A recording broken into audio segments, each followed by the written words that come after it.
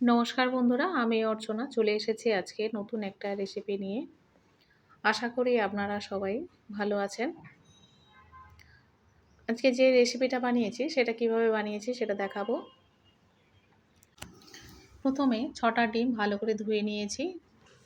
জলের মধ্যে দিয়ে এগুলো সিদ্ধ করে নেব। একটা একটা করে আমি জলের মধ্যে দিয়ে দিচ্ছি।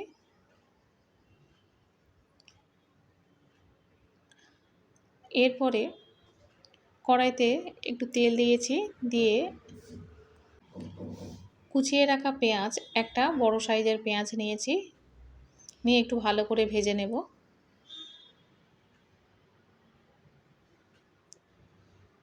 ভালো করে নাড়াচাড়া করে ভেজে নিচ্ছি। এবার এর মধ্যে দিয়ে দেব ৩টে শুকনো লঙ্কা।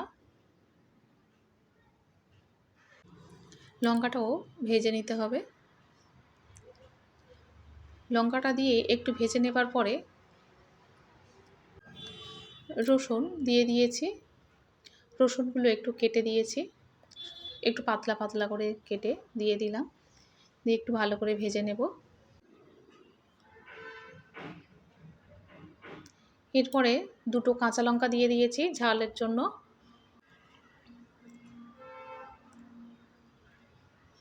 এটা আর বেশি ভাজবো না, ভাজাটা হয়ে গিয়েছে। দেখুন, এই অবস্থাতে এবার একটু নামিয়ে রাখবো, নামিয়ে ঠান্ডা করে তারপরে পেস্ট করব। এরপরে দিয়ে দিলাম ওই যা তেল বেঁচেছিল পেঁয়াজ রসুন ভাজার পরে, ফুলকপি আলুগুলো তার মধ্যে দিয়ে দিলাম। এই অল্প তেলেই আমি ভেজে নেব। আর এদিকে যেগুলো ভেজেছিলাম পেঁয়াজ রসুন লঙ্কা, শুকনো লঙ্কা, কাঁচা লঙ্কা, তার সঙ্গে একটা বড় সাইজের টমেটো দিয়েছি, পেস্ট করে নেব। আর এদিকে ফুলকপির মধ্যে দিয়ে দিলাম ১ চামচ হলুদের গুঁড়ো, দিয়ে একটু ভালো করে ভেজে নেব। অনেকক্ষণ নাড়াচাড়া করে ভেজে নিয়েছি, এবার এটা তুলে নিচ্ছি।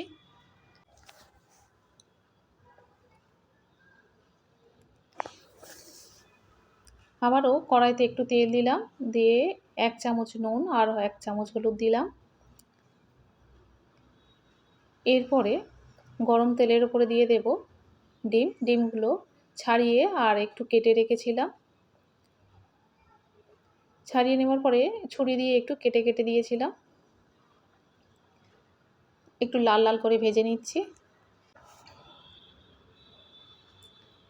এভাবে নাড়াচাড়া করে ভেজে নেওয়ার পরে ডিমগুলো বেশ লাল লাল হয়ে গিয়েছে। এবার ডিমগুলো তুলে নিলাম। কড়াইতে আরও একটু তেল দিলাম, দিয়ে একটা তেজপাতা, ২টো লবঙ্গ, ২টো এলাচ দিয়েছি, আর দারচিনি ২টো টুকরো দিয়েছি। এর মধ্যে দিলাম ২ চামচ গোটা জিরে।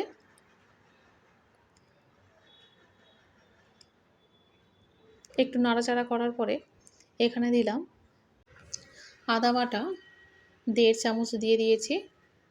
দিয়ে প্রথমে এটা ভালো করে কষে নিচ্ছি।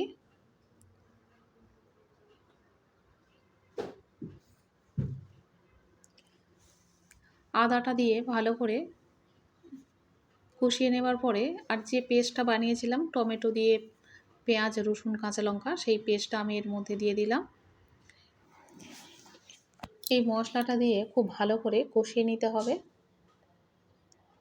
মশলাটা ভালো করে না কষিয়ে নিলে তরকারিটা স্বাদ হবে না। মশলাটা বেশ সময় নিয়ে আমি কষিয়ে নেব।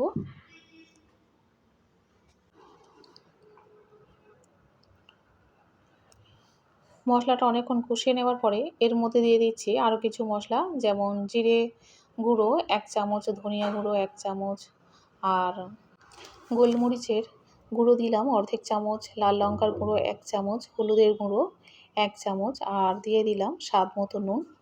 দিয়ে আরও একটু ভালো করে কষিয়ে নেব।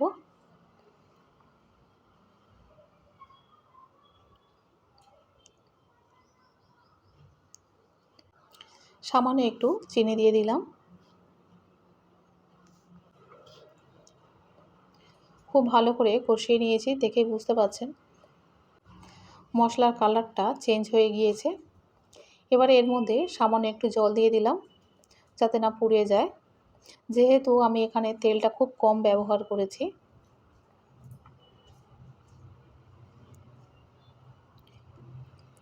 একটু ফুটতে শুরু করেছে, এই সময় আমি ভেজে রাখা আলু ফুলকপিগুলো দিয়ে দিলাম, একটু নাড়াচাড়া করে নেব।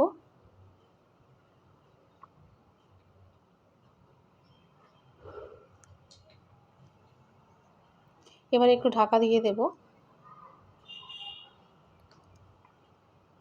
রান্নাটা করতে বেশ সময় লেগেছিল।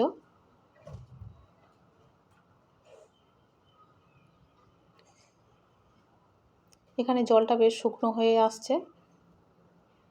অনেকক্ষণ কষিয়ে নেওয়ার পরে এবার একটু বেশি পরিমাণে জল দিয়ে দিচ্ছি।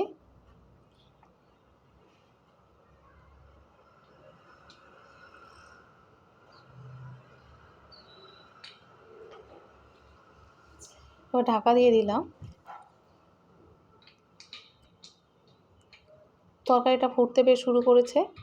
আলু ফুলকপি যেহেতু ভালো করে ভেজে নিয়েছিলাম, তাই বেশি সিদ্ধ হতে সময় লাগবে না। ঝোলটা একটু বেশি আছে, তাই এখানে ডিমগুলো দিয়ে দিলাম। ডিমটা দিয়ে 5 মিনিট একটু ফুটিয়ে নেব।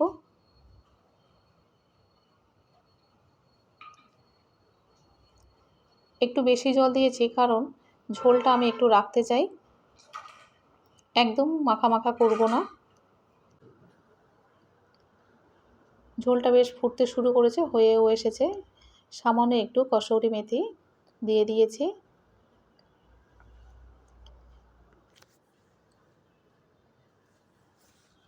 তরকারিটা একদম হয়ে গিয়েছে। যেমনটা আমি ঝোল রাখতে চেয়েছিলাম ঠিক তেমনটাই রেখেছি। আর অল্প একটু গরম মশলা এর মধ্যে ছড়িয়ে দিয়েছি। এখানে আর কিছু দেওয়ার নেই। আজকের এই সাধারণ রেসিপিটা আপনাদের কাছে কেমন লেগেছে অবশ্যই করে কমেন্টে জানাবেন। তবে খেতে ভীষণ ভালো হয়েছে। যদি আপনারা এভাবে একবার বানিয়ে খান তবে বুঝতে পারবেন। অসম্ভব সুন্দর এটা খেতে হয়েছিল। গরম গরম ভাতের সঙ্গে এই রকমের একটা রেসিপি থাকলে আর কিছুই লাগে না।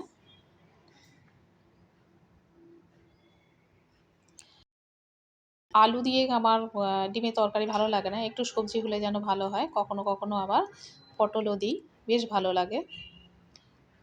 আমি অর্চনা, আপনারা দেখছেন মাইসেলফ দীপ্তেন্দ্র। অবশ্যই করে লাইক, শেয়ার এবং সাবস্ক্রাইব করবেন। দেখা হবে আবার পরের ভিডিওতে।